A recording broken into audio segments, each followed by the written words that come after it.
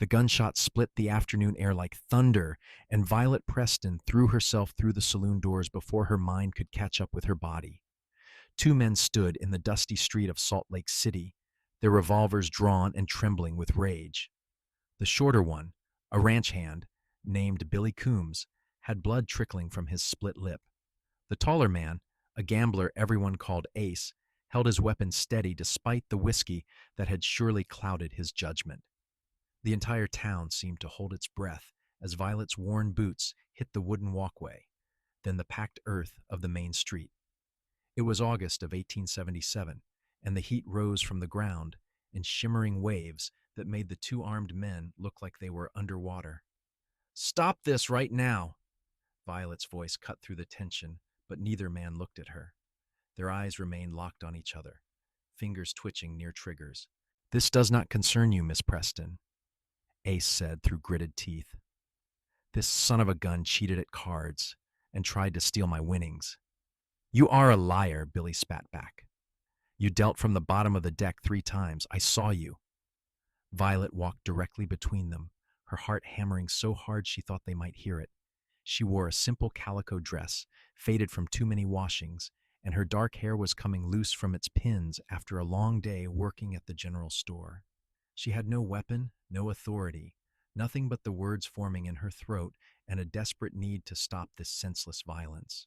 "Billy," she said, turning to face the ranch hand first, "I know your mother. She comes into the store every week and buys sugar for her pies. She talks about you constantly, about how proud she is that you send money home to help with your younger sisters, about how you are saving to buy your own land someday." Billy's gun hand wavered slightly. "Miss Violet, you need to move." "I will not move," she said firmly. "Do you think your mother wants to bury her son over a card game? Do you think your sisters want to lose their brother? What happens to them if you die here today, Billy? Who sends the money home then?" The young man's face crumpled slightly, uncertainty creeping into his eyes. Violet pressed her advantage, turning now to face Ace. The gambler was older, maybe 35, with cold eyes that had seen too much. "And you," Violet said, her voice softer now but no less intense. "I do not know you well, but I have seen you every Sunday at the church. You sit in the back pew and you listen to every word Reverend Matthews says about redemption and second chances. You are trying to be better than you were. I can see it in the way you help Mrs. Chin carry her packages, in the way you tip your hat to the school teacher." Ace's jaw tightened, but his gun lowered an inch. "Whatever happened in that saloon, whatever money exchanged hands, it is not worth dying for," Violet continued, her eyes moving between both men. "It is not worth killing for. You both have people who care about you. You both have futures ahead of you. In 10 years, do you want to remember this as the day you murdered someone over pocket change? Or do you want to remember it as the day you chose to be better than your anger?" The silence stretched out, broken only by the wind whistling down the street and the distant clang of the blacksmith's hammer. Violet could feel dozens of eyes watching from windows and doorways, the entire town waiting to see if blood would stain the dust. "Billy," she said quietly, "your mother told me just last week that you are the best thing in her life. Do not take that away from her." The ranch hand's gun slowly lowered. His hand was shaking as he holstered the weapon. "I am sorry, Miss Violet," he whispered. "I just got so angry." Violet turned back to Ace. "You have a chance right now to be the man I see in church every Sunday, the man who is trying to leave his old life behind. Take that chance." For a long moment, Ace stood frozen. Then he spun his revolver once and slid it into his holster. "You are either very brave or very foolish, Miss Preston." "Probably both," Violet admitted, feeling her knees suddenly weak as the danger passed. From across the street, leaning against the post outside the telegraph office, Harrison Vale had watched the entire scene unfold. He had arrived in Salt Lake City just that morning, riding in from Wyoming where he had been working cattle drives for the past 3 years. At 26, he had seen his share of gunfights and knew how they usually ended. When he saw the young woman throw herself between 2 armed men, he had started forward, certain he was about to witness a tragedy. But then she had started talking, and Harrison found himself rooted to the spot, mesmerized. He watched as her words dismantled the violence piece by piece, watched as two men intent on murder slowly lowered their weapons. He had never seen anything like it. In his experience, gunfights ended with blood or with the intervention of a sheriff, never with a slip of a woman and nothing but her voice. As the crowd began to disperse and Billy and Ace went their separate ways, Violet finally allowed herself to breathe. Her hands were shaking, and she pressed them against her skirt to still them. She had acted on pure instinct, driven by a desperate need to prevent bloodshed in her town. Now that it was over, the fear caught up with her all at once. That was the bravest damn thing I have ever seen. Violet turned to find a tall cowboy walking toward her. He was dusty from the trail, with sun-bleached brown hair that curled slightly at his collar and eyes the color of summer sky. He carried himself with the easy confidence of a man comfortable in his own skin, but there was something gentle in his expression as he looked at her. "I am not sure it was brave," Violet said, her voice still unsteady. "It might have just been stupid." "No," Harrison said firmly. "It was brave. Stupid would have been getting between them for no reason. You got between them because you saw a way to stop it, and you did. That takes courage." He pulled off his hat respectfully. "Harrison Vale. I just rode into town this morning. Violet Preston." She managed a small smile. "Welcome to Salt Lake City, though I hope this is not typical of what you can expect here. Most days are quieter." "I certainly hope so, for your sake if not mine." Harrison found himself unable to look away from her. She had warm brown eyes that seemed to hold both kindness and steel, and though her hair was disheveled and her dress plain, she was the most captivating woman he had ever seen. "Can I walk you somewhere? You look like you could use a moment to catch your breath." Violet realized she was still standing in the middle of the street, and suddenly she felt exposed and vulnerable. "I should get back to the general store. My employer will be wondering where I went." "Then let me walk you there," Harrison offered. "I need to pick up supplies anyway." They walked side by side down the dusty street, and Violet was acutely aware of his presence beside her. He was tall enough that she had to tilt her head to look at him, and there was something solid and reassuring about him. After the chaos of the near gunfight, his steady presence was oddly comforting. "What brings you to Salt Lake City?" she asked, trying to focus on something other than the way her heart was still racing. "Work, mostly," Harrison said. "I have been running cattle up in Wyoming, but I heard there might be opportunities here. The railroad expansion means they need men who know horses and can handle themselves. I figured it was worth investigating." "Are you planning to stay then?" "That depends on what I find here." He glanced at her, and something in his expression made her cheeks warm. "So far, I am liking what I see." Violet felt a flutter in her chest that had nothing to do with the danger she had just faced. She told herself it was just the aftermath of fear, the natural response to surviving something frightening. But when Harrison smiled at her, she knew it was something more.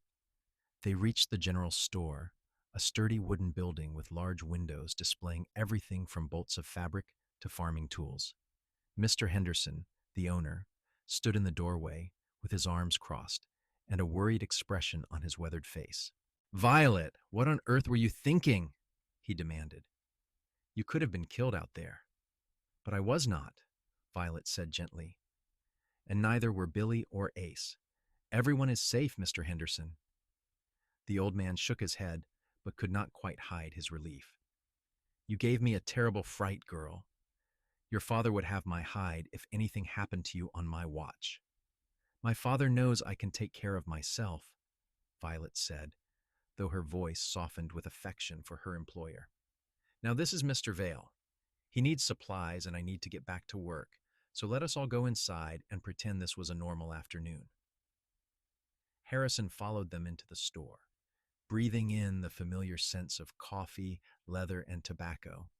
While Violet returned to her post behind the counter, he wandered the aisles, gathering the items he would need for his room at the boarding house.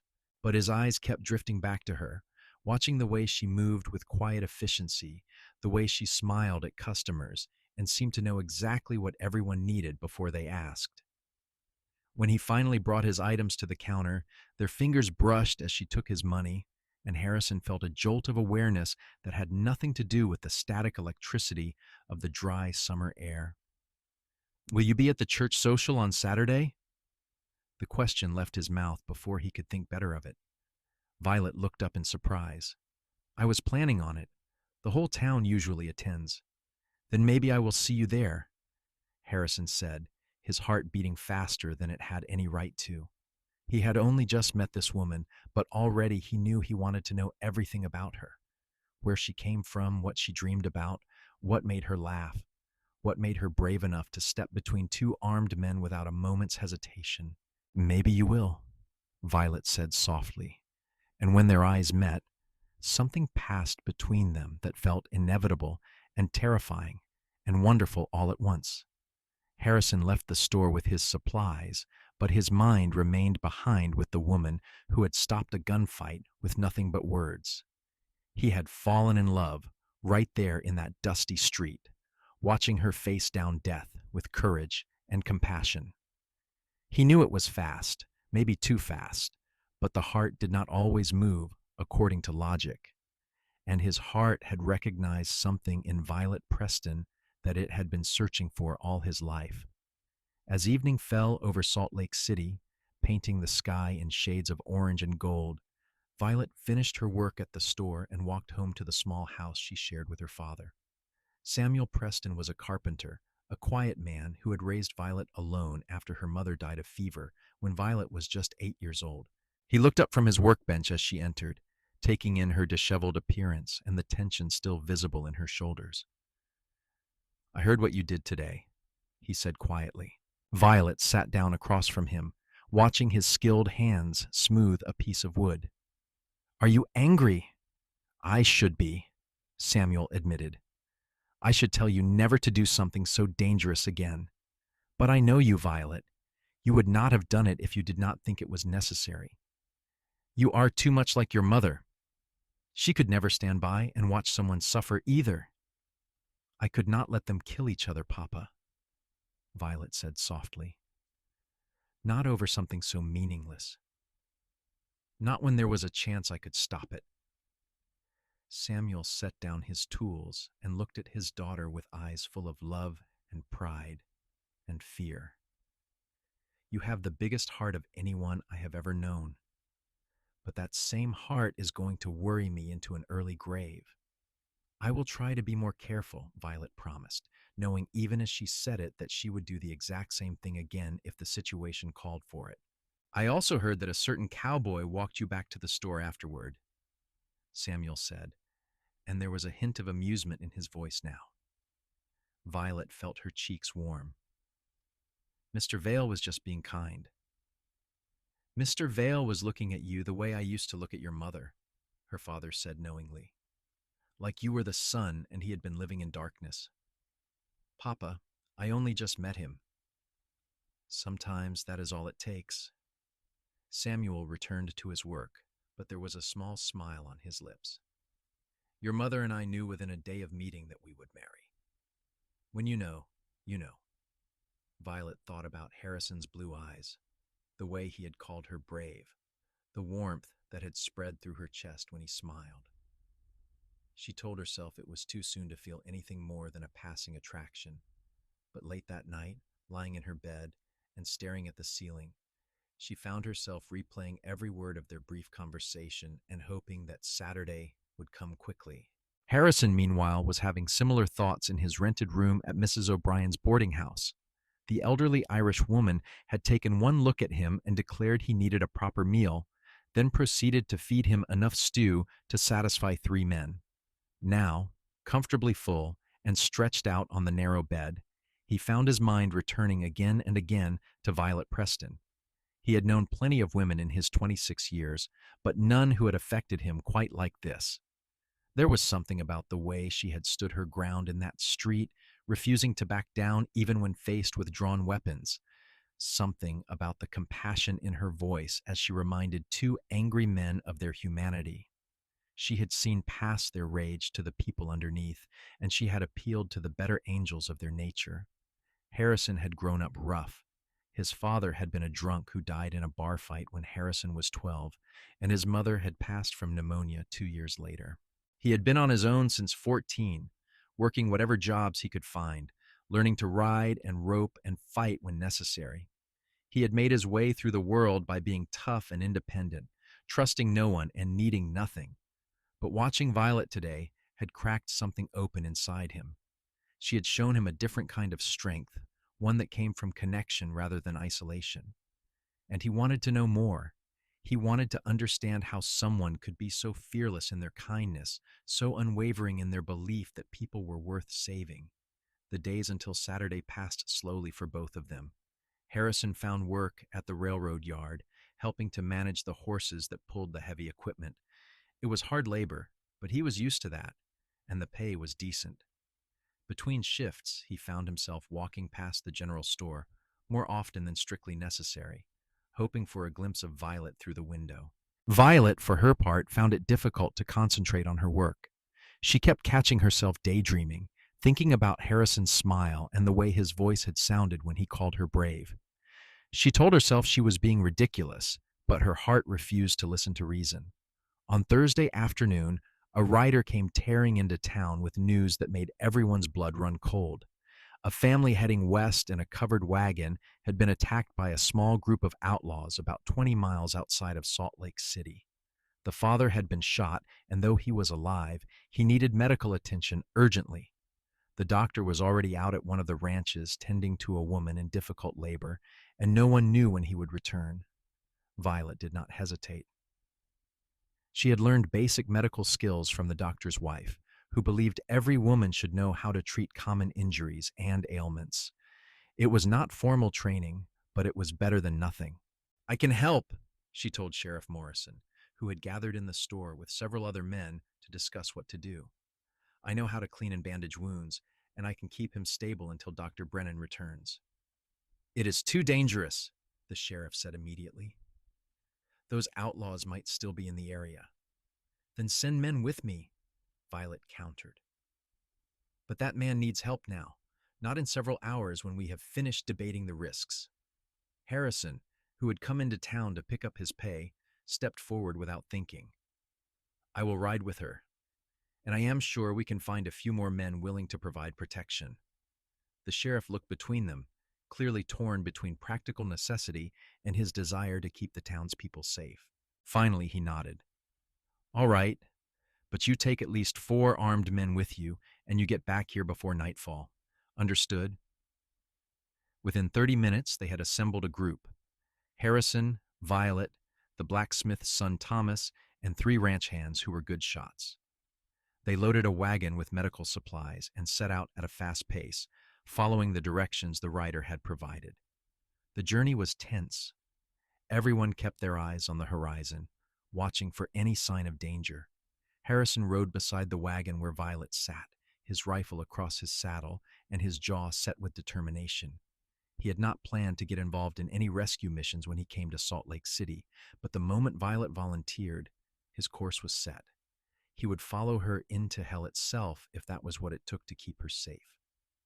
They found the family camped in a small grove of cottonwood trees, the father lying in the back of their wagon with a blood-soaked bandage wrapped around his shoulder.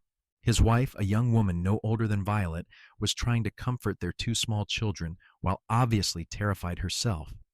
Violet climbed down from the wagon and approached with her medical bag.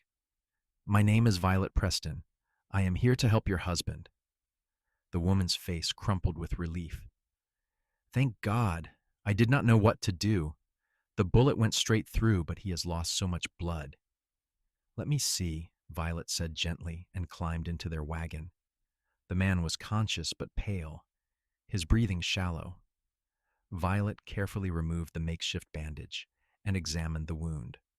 The woman was right. The bullet had gone clean through the meat of his shoulder, missing anything vital. With proper care, he would recover.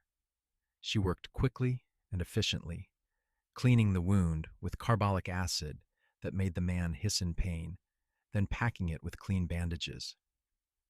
Harrison watched from below, marveling at her steady hands and calm demeanor. She spoke quietly to the injured man the entire time, reassuring him and distracting him from the pain. "You are going to be fine," she told him firmly. "The wound is clean, and you are young and strong.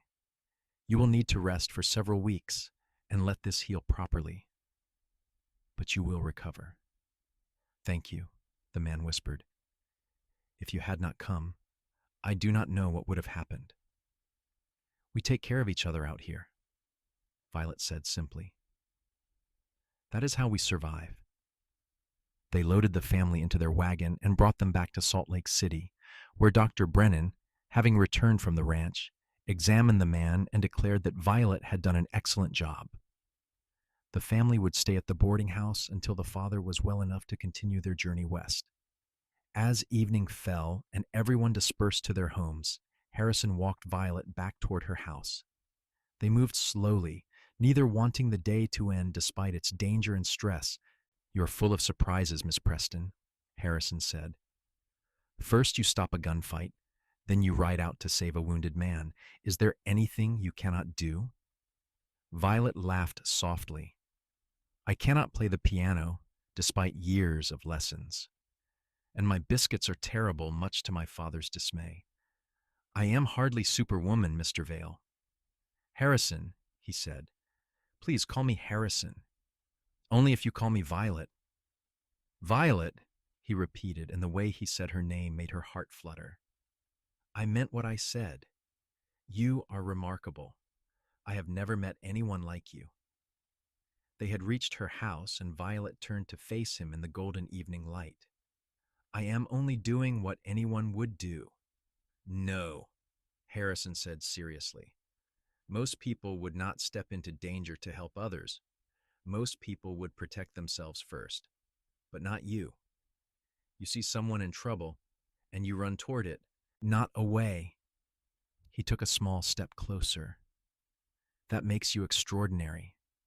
Violet found herself caught in his gaze, unable to look away. There was something in his eyes that made her feel seen in a way she never had before. Not just admired for her actions, but understood down to her core, as if he recognized something in her that even she had not fully acknowledged. "I should go inside," she said softly, but she didn't move. "Will you save me a dance at the social tomorrow?" Harrison asked. "I promise I will not step on your toes." "I would like that," Violet said, and the smile that spread across Harrison's face was worth more than all the gold in California. She went inside feeling light as air, and Harrison walked back to the boarding house with a spring in his step that made Mrs. O'Brien raise her eyebrows knowingly when he entered. Saturday arrived with perfect weather, warm but not oppressive, with a gentle breeze that made the hanging lanterns at the church social sway and cast dancing shadows across the lawn. The entire town had turned out for the monthly gathering, which was as much about community as it was about courtship. Long tables were laden with food brought by every family, and a small band consisting of a fiddler, a guitarist, and a man with a harmonica played lively tunes that had people tapping their feet. Violet wore her best dress, a pale blue cotton that her mother had made years ago. She had altered it to fit her adult figure, and though it was not fancy by any means, it made her eyes shine and brought out the roses in her cheeks. She had pinned her dark hair up carefully, leaving a few curls to frame her face. Harrison saw her the moment she arrived with her father, and his breath caught in his throat. She had been pretty in her everyday calico, but like this, with the evening sun catching in her hair and a shy smile on her lips, she was absolutely beautiful. He crossed the lawn to meet them, suddenly nervous in a way he had not been since he was a boy. "Mr. Preston, Miss Violet." "Good evening." "Mr. Vale," Samuel said, with a knowing twinkle in his eye. "I hear you have been keeping my daughter safe this week." "I think it is more accurate to say we have been keeping each other safe," Harrison said. "Your daughter has a gift for finding trouble." "Or trouble has a gift for finding her," Samuel agreed. "Either way, I appreciate you looking out for her." He glanced between them, then cleared his throat. I believe I see some of my carpenter friends over by the food table, if you will excuse me. He walked away, leaving Violet and Harrison alone in the midst of the crowd. They looked at each other and simultaneously laughed at her father's complete lack of subtlety. I think he likes you, Violet said. I am glad, Harrison replied, because I was hoping to spend this evening getting to know you better, and it would be difficult if your father disapproved.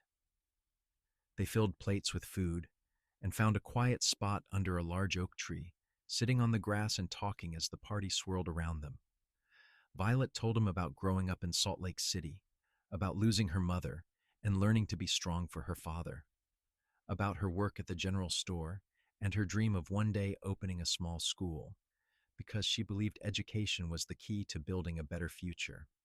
Harrison told her about his rough childhood, his years drifting from job to job, and his recent realization that he wanted something more than just survival.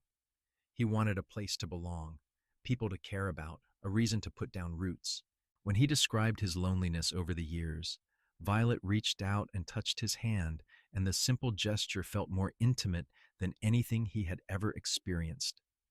As the sun set and the lanterns were lit, the band struck up a waltz. Harrison stood and offered his hand. May I have this dance? Violet placed her hand in his and let him lead her to the area where couples were already swaying to the music. When Harrison put his hand on her waist and drew her close, she felt the world narrow down to just the two of them. He was a good dancer, moving with the same natural grace he showed in everything else, and Violet followed his lead effortlessly.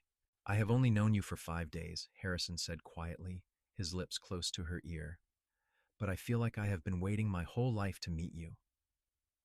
Violet's heart was racing so fast, she thought it might fly right out of her chest. I feel the same way, she admitted.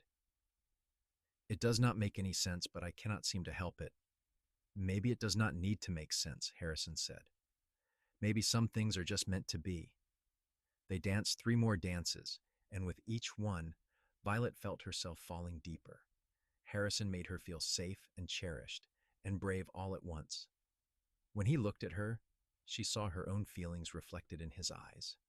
Wonder and certainty, and the thrilling terror of falling in love too fast and not caring at all. As the evening wore on, they walked away from the crowd, strolling through the quiet streets of town with her hand tucked into the crook of his arm. The moon was nearly full, casting everything in silver light, and the distant sound of music and laughter from the social provided a pleasant backdrop to their conversation. What will you do? Violet asked. Will you stay in Salt Lake City? I was not sure when I first arrived, Harrison admitted, but now I cannot imagine leaving. There is something here I need. The railroad work? No, he said, stopping to face her. You.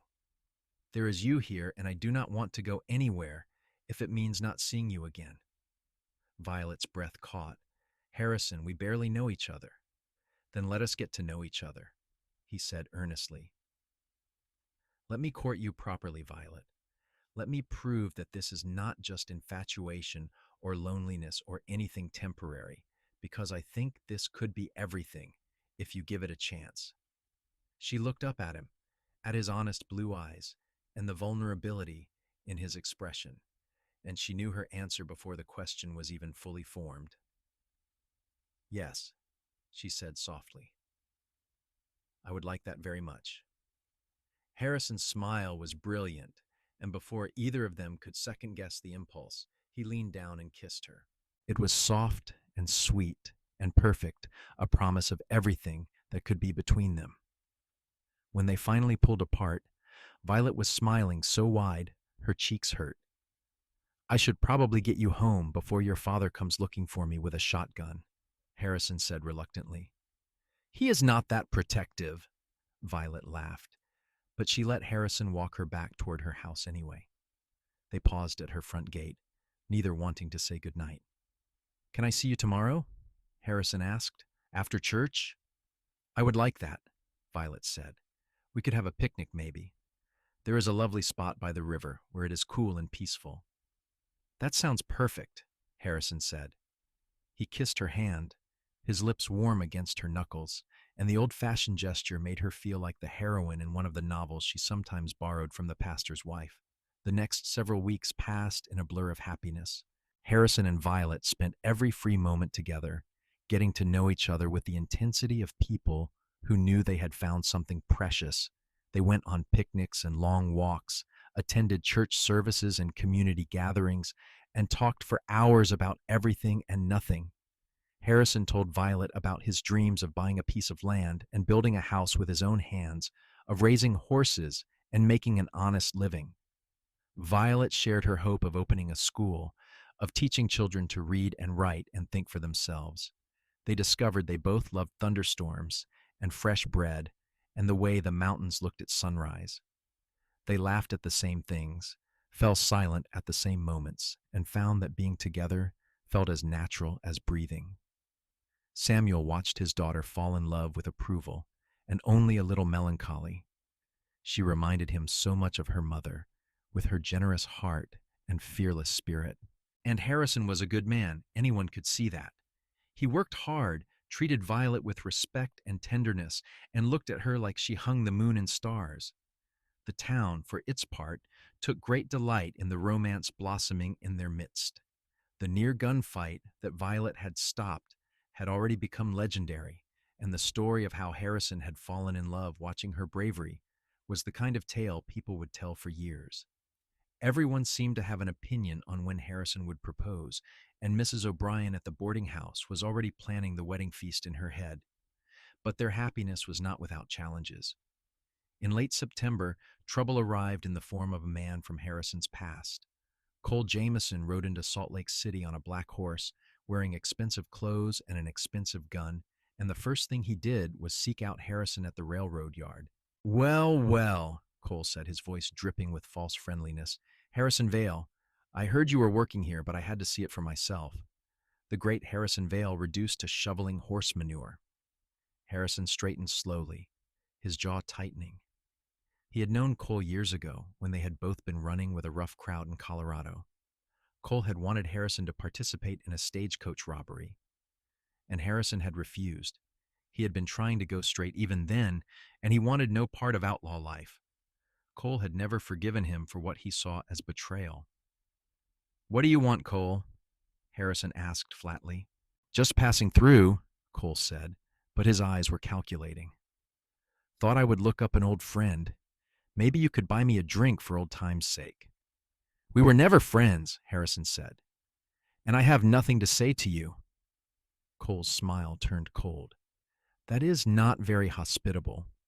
But then I suppose you have gone respectable now, have you not?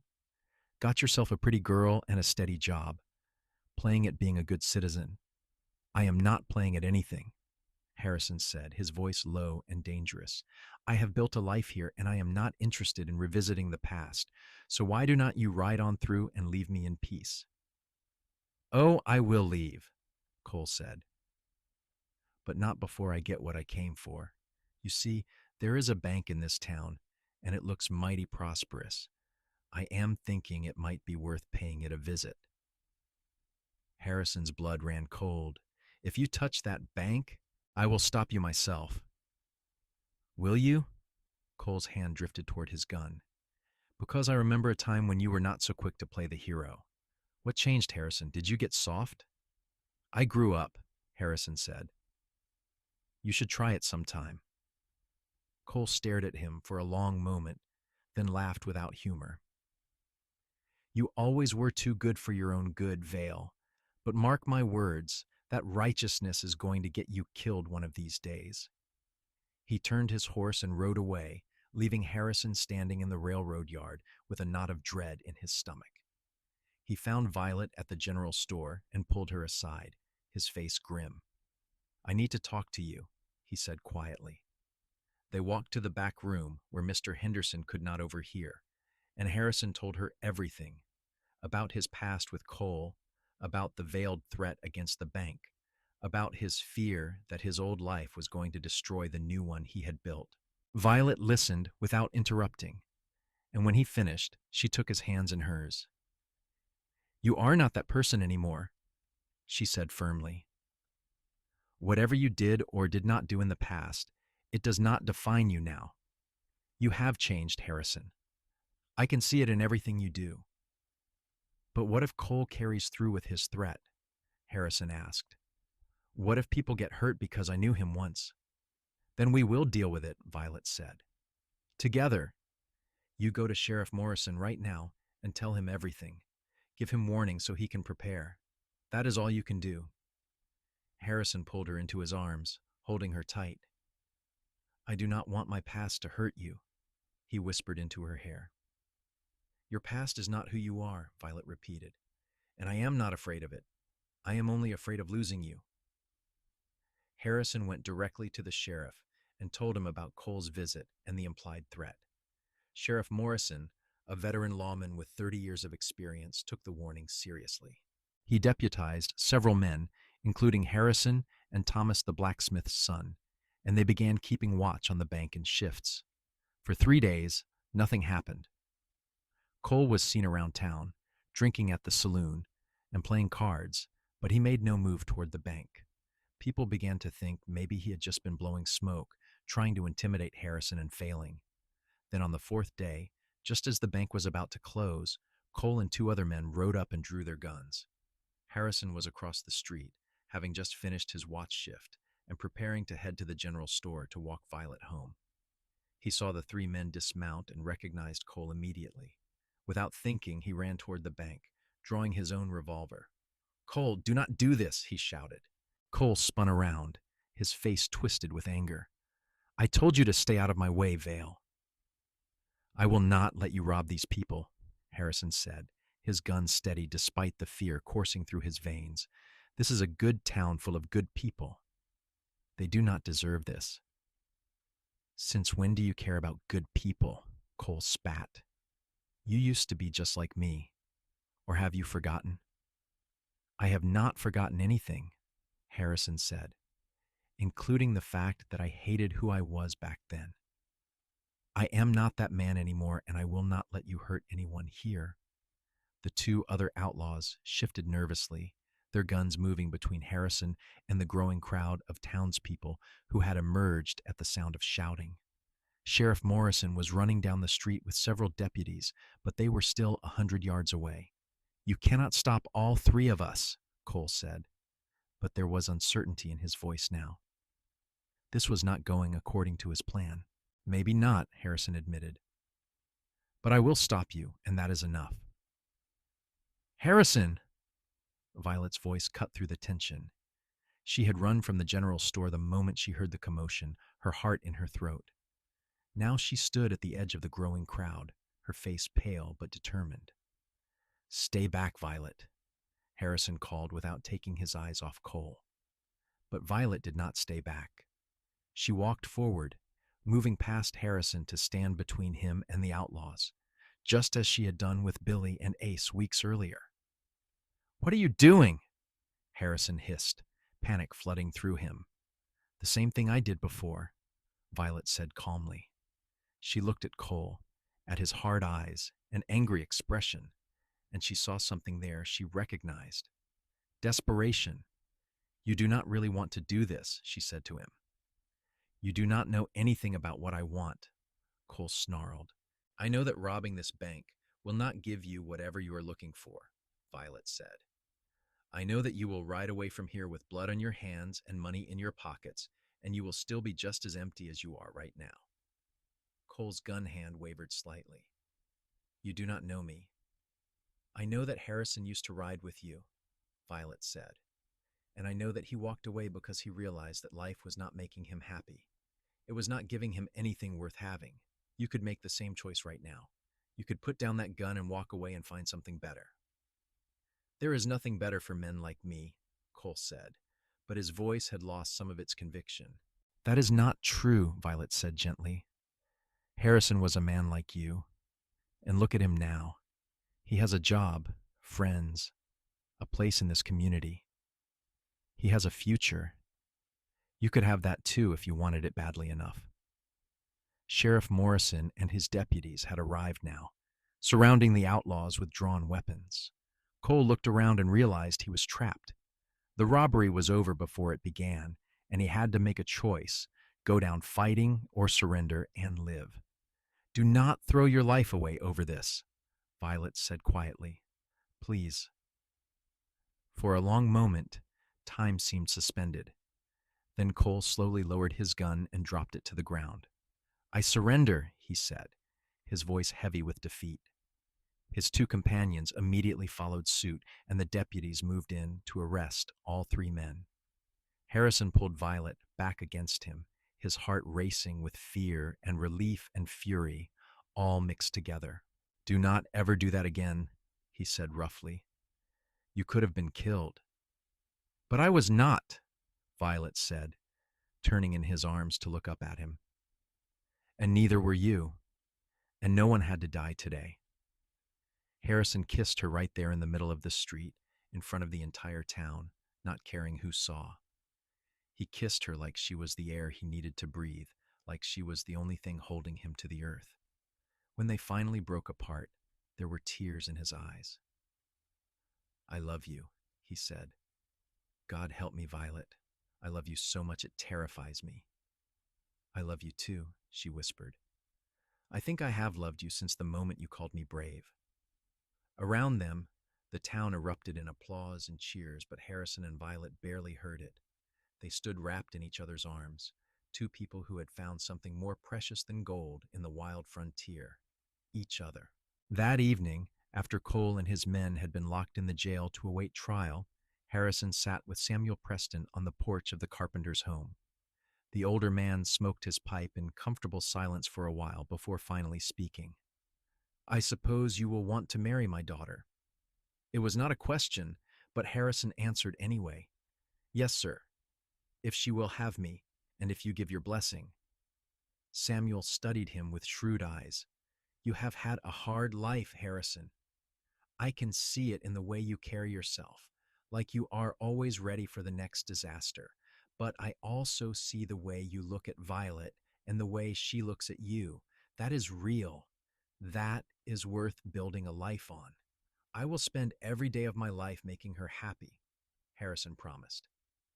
I swear it. See that you do, Samuel said. Because if you break her heart, I will hunt you down and make you very sorry indeed. Harrison believed him, but he also was not worried. Breaking Violet's heart was the last thing he would ever do. He proposed to her 3 days later, on a Sunday afternoon at their favorite spot by the river. He had spent his savings on a simple gold band, and he had practiced his speech a dozen times. But when the moment came, and she was sitting beside him with the sunlight in her hair and love in her eyes, all his careful words fled. Marry me, he said simply. I do not have much to offer you, except my heart and my hands, and my promise that I will love you until the day I die. But if that is enough, then please, Violet, marry me. Violet's eyes filled with tears, but she was smiling. Yes, she said. Yes, of course, yes. He slid the ring onto her finger, and she threw her arms around his neck, laughing and crying at the same time. They sat by the river for hours, making plans and dreaming dreams, building the future in their words long before they would build it in reality. They were married in November of 1877 in the same church where they had danced at the social. The entire town attended, cramming into the small building until people were standing in the aisles and spilling out onto the lawn. Violet wore a dress that the women of the town had helped her sew, white cotton with lace at the collar and cuffs, and she carried a bouquet of late-season wildflowers. Harrison stood at the altar in his best suit, his hair slicked back and his hands trembling slightly as he watched his bride walk toward him. She was the most beautiful thing he had ever seen, and he could not believe his incredible luck that she had chosen him. The ceremony was simple but heartfelt. They exchanged vows in steady voices, promising to love and honor each other for all their days. When Reverend Matthews pronounced them husband and wife, Harrison kissed Violet with all the tenderness and passion in his heart, and the congregation cheered so loud the rafters shook. The reception was held at the church social grounds with food and music and dancing that lasted until well after dark. Harrison and Violet moved through the celebration in a happy daze, accepting congratulations and well wishes from everyone they knew. When they finally slipped away to the small house Harrison had rented for them, they were exhausted and exhilarated and perfectly, completely happy. Their first months of marriage were an adjustment, as all marriages are. They learned each other's habits and quirks, discovered what made the other laugh or frustrated or content. Harrison found steady work as a foreman at the railroad yard, and Violet continued at the general store, saving every penny they could spare toward their shared dreams. In the spring of 1878, they bought 10 acres of land just outside of town. It was not much, but it had good water and fertile soil, and room enough to build a house and a barn and maybe start a small horse breeding operation. Harrison spent every spare moment working the land, and Violet helped whenever she could, the two of them building their future with their own hands. They broke ground on their house in May, and by August it was standing, a modest two-story structure with a wide porch and windows that caught the morning light. It was not fancy, but it was theirs, built with love and sweat, and the dreams they shared.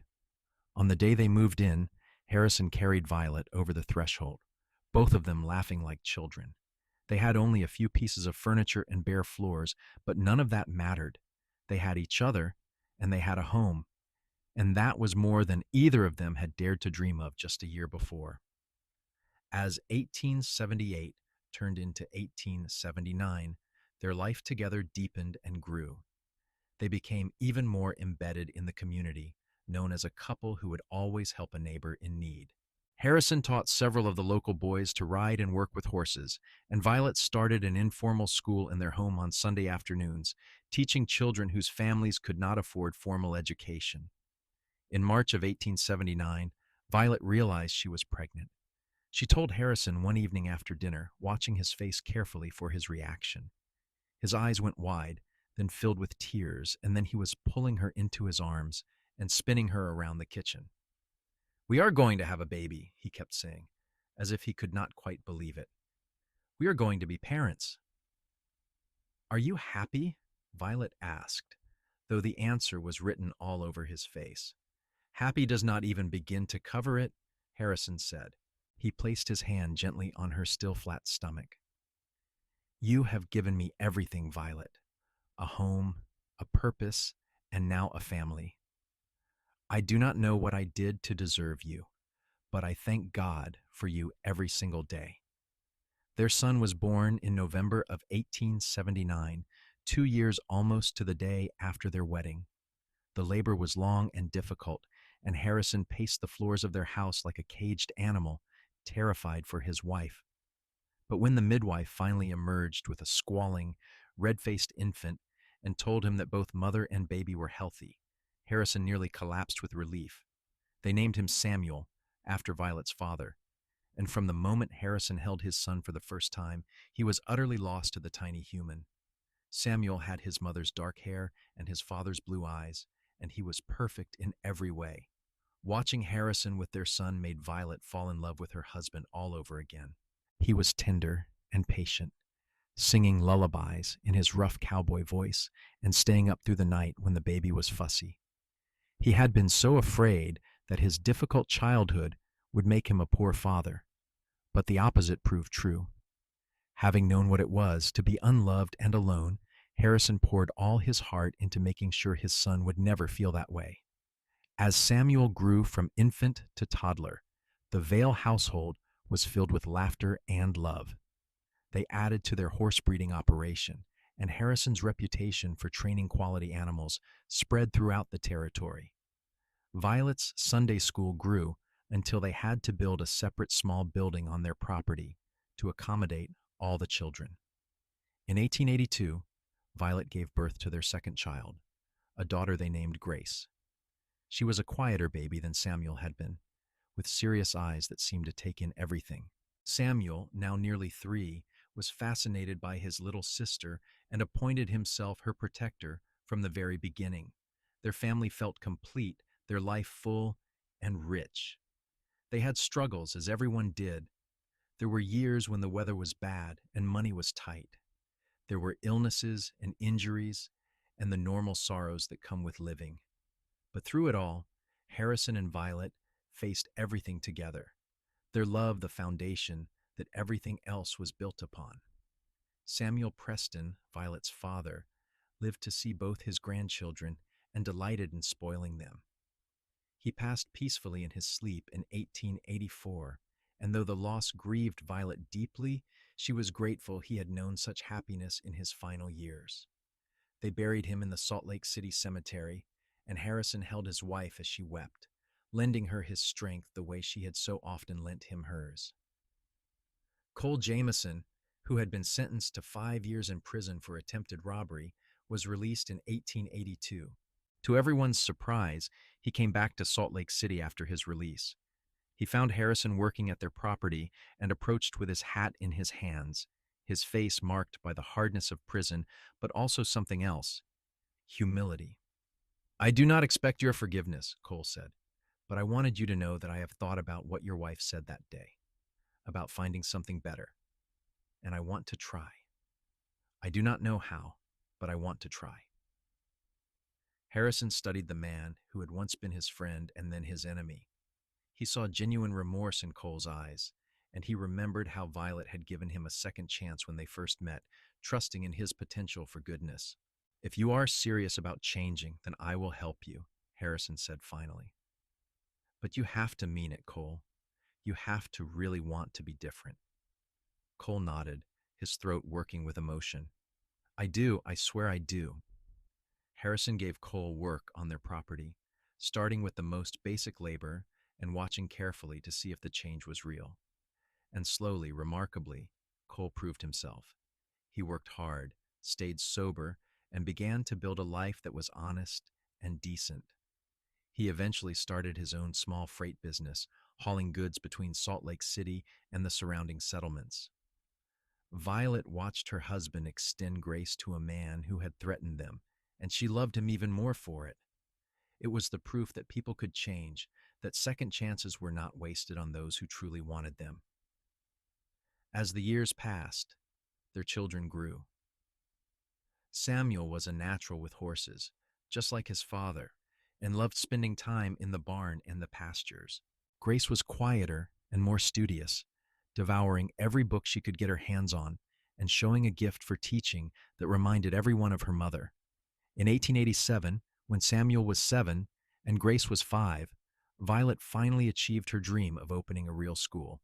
The town had grown enough to support it, and the community came together to build a proper schoolhouse. Violet became the official teacher, and the pride Harrison felt watching her teach was almost overwhelming.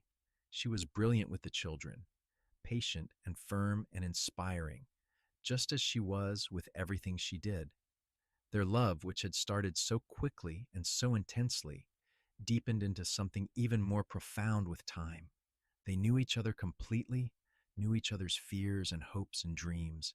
They had seen each other at their worst and their best, and they chose each other every single day. On their 10th wedding anniversary in November of 1887, Harrison took Violet back to the spot by the river where he had proposed. It looked different now in the bare branches of late autumn, but it was still their place. "Do you remember what I said to you here?" Harrison asked, holding her hand. "You said you did not have much to offer except your heart and your hands and your promise to love me until the day you die," Violet recited. "And you asked if that was enough." "Was it?" Harrison asked. "Has it been enough?" Violet looked at him, at the man he had become over the past decade. The lines at the corners of his eyes from years of smiling, the calluses on his hands from hard work, the absolute devotion in his gaze when he looked at her. "It has been more than enough," she said softly. "It has been everything." Harrison pulled a small package from his pocket. "I wanted to give you something to mark 10 years. It is not much, but I hope you will like it." Violet unwrapped the package to find a silver locket on a delicate chain. When she opened it, she found 2 tiny photographs, one of Samuel and one of Grace. "I had them made in town," Harrison explained. "So you can carry them with you always, the way you carry all of us in your heart." Tears spilled down Violet's cheeks as Harrison fastened the locket around her neck. "It is perfect," she whispered. "You are perfect." "I am far from perfect," Harrison said with a gentle laugh, but loving you has made me better than I ever thought I could be. They stood by the river as the sun set, wrapped in each other's arms, grateful for everything they had built together. Their story had started with a gunfight and a moment of breathtaking courage, but it had grown into something so much bigger, a life full of love and purpose, children and community, dreams realized, and new dreams always forming. In 1890, their family grew one final time when Violet gave birth to another daughter, whom they named Hope. At 33, Violet had worried that the pregnancy might be difficult, but Hope arrived easily and quickly, a happy baby who seemed to bring light wherever she went. Samuel, now 10, was old enough to be a real help around the property, and he took his responsibilities seriously. Grace, at 8, was already helping her mother at the school, showing the younger children their letters and numbers with remarkable patience. And Tiny Hope was adored by everyone, the baby of the family, and the final piece of their perfect puzzle. Harrison was 40 years old now, and sometimes he would stop in the middle of his work and just look around at everything he had. The house he had built with his own hands, the horses in the pasture, his children playing in the yard, and Violet hanging laundry or tending her garden or doing any of the thousand things she did to keep their lives running smoothly. And he would be overwhelmed with gratitude for the chain of events that had brought him to Salt Lake City on that August day in 1877. If he had ridden into town a day earlier or later, he might have missed seeing Violet stop that gunfight. He might never have spoken to her, never walked her to the general store, never fallen in love with the brave young woman who saw good in everyone. His entire life had hinged on that single moment, and he thanked God for it every single day. Violet would catch him watching sometimes and smile, knowing exactly what he was thinking because she was thinking the same thing. She had taken a huge risk that day, throwing herself between two armed men with nothing but words to protect her. But that risk had led to everything good in her life. It had led to Harrison, to their children, to the school and the home, and the community they had built together. As 1890 turned into 1891 and beyond, the Vales became pillars of Salt Lake City. Harrison served on the town council and helped organize the annual rodeo that brought people from all over the territory. Violet's school graduated students who went on to become teachers and doctors and business people, spreading education and opportunity throughout the region. Their children grew into remarkable adults. Samuel took over the horse breeding operation and expanded it, becoming known throughout Utah and beyond for the quality of his animals. He married a sweet-natured girl named Clara in 1897, and they gave Harrison and Violet their first grandchild in 1898. Grace fulfilled her mother's early dream by becoming a teacher herself, taking over Violet's school when Violet finally retired in 1902. She married a school teacher from Denver, and together they worked to expand educational opportunities throughout the territory. Hope, true to her name, became a nurse and dedicated her life to helping others. She never married, claiming that her patients were family enough, and she worked tirelessly to improve medical care in rural areas. Harrison and Violet grew old together, their hair turning silver, their steps slowing, but their love never dimming. They sat on their porch in the evenings, watching the sunset and talking about everything and nothing, just as they had when they were young. "Do you have any regrets?" Violet asked him one evening in 1910. They were both in their early 50s now, considered old by frontier standards, but still active and engaged with life. "Not a single one," Harrison said honestly. "Well, maybe I regret not kissing you sooner. I wasted a whole 5 days before I finally worked up the courage." Violet laughed, the sound still as bright as it had been when she was 18. "I would have let you kiss me after 2 days," she admitted. "Why did you not tell me?" "Because I was a respectable young lady, and I had to at least pretend to have some propriety." They laughed together, comfortable and easy in the way only people who have spent decades together can be. Harrison reached over and took her hand, their fingers intertwining with the automatic ease of long practice. "I meant what I said on our wedding day," he told her. "I will love you until the day I die." I know, Violet said softly, and I will love you just as long, and probably longer. They sat in comfortable silence as the stars began to appear, one by one in the darkening sky. Around them, their land spread out in all directions, 40 acres now instead of the original 10. The house had been expanded twice to accommodate their growing family and the steady stream of grandchildren who visited. The barn was full of quality horses, and the school building that bore Violet's name stood as a testament to her life's work. But more than the physical legacy they had built, Harrison and Violet had created something intangible but infinitely more valuable. They had shown their community and their children and everyone who knew them what real love looked like. Not the easy surface level attraction that faded with time, but the deep, abiding commitment that weathered every storm and came out stronger on the other side. They had proven that people could change, that second chances were worth giving, that courage and compassion could stop violence and save lives. They had built a marriage on a foundation of respect and trust and genuine friendship, and that foundation had held firm through decades of joys and sorrows. In 1915, as they celebrated their 37th wedding anniversary, their entire family gathered at the house. Samuel and Clara came with their 4 children, the oldest now 16 and already showing signs of inheriting the Vale gift with horses. Grace and her husband brought their 3 children, all voracious readers like their mother and grandmother. Hope came from the hospital where she worked, bringing stories of the lives she had helped save. The house was full of noise and laughter, children running through the rooms, and adults catching up on each other's lives. Harrison stood at the edge of the chaos, watching it all with a full heart.